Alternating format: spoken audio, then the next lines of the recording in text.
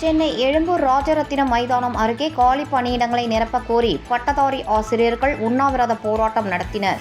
பின்னர் செய்தியாளர்களை சந்தித்து பேசிய அச்சங்கத்தினர் ஒருங்கிணைப்பு குழுவினர் கடந்த 2024ஆம் ஆண்டு பிப்ரவரி மாதம் 4ஆம் தேதி பட்டதாரி ஆசிரியர்கள் தேர்வு நடைபெற்று மே மாதம் சான்றிதழ் சரிபார்ப்பு நடைபெற்று ஜூலை மாதம் தெரிவுப் பட்டியல் வெளியானது. இருப்பினும் தற்போது வரை பணி ஆணை வரவில்லை என்றும் இதனால் தேர்வு 1000த்திற்கும் மேற்பட்ட பட்டதாரி ஆசிரியர்கள் வாழ்வாதாரம் இல்லாமல் மிகுந்த சிரமத்திற்குள்ளாவதாக வேதனை தெரிவித்தனர். எனவே முதலமைச்சர் தலையிட்டு தங்களை பணி நிரந்தரம் செய்ய வேண்டும் என கோரினர். நாங்கள் பார்த்தீங்கன்னா ஆசிரியர் தேர்வு வாரியத்தால் தேர்வு செய்யப்பட்ட பட்டதாரி ஆசிரியர்கள் ஒருங்கிணைப்பு குழு சார்பாக இன்று தமிழ்நாடு முழுவதிலும் இருந்து 38 மாவட்டத்தில் இருந்தும் வேலை இல்லை அப்படி சொல்லிட்டாங்க.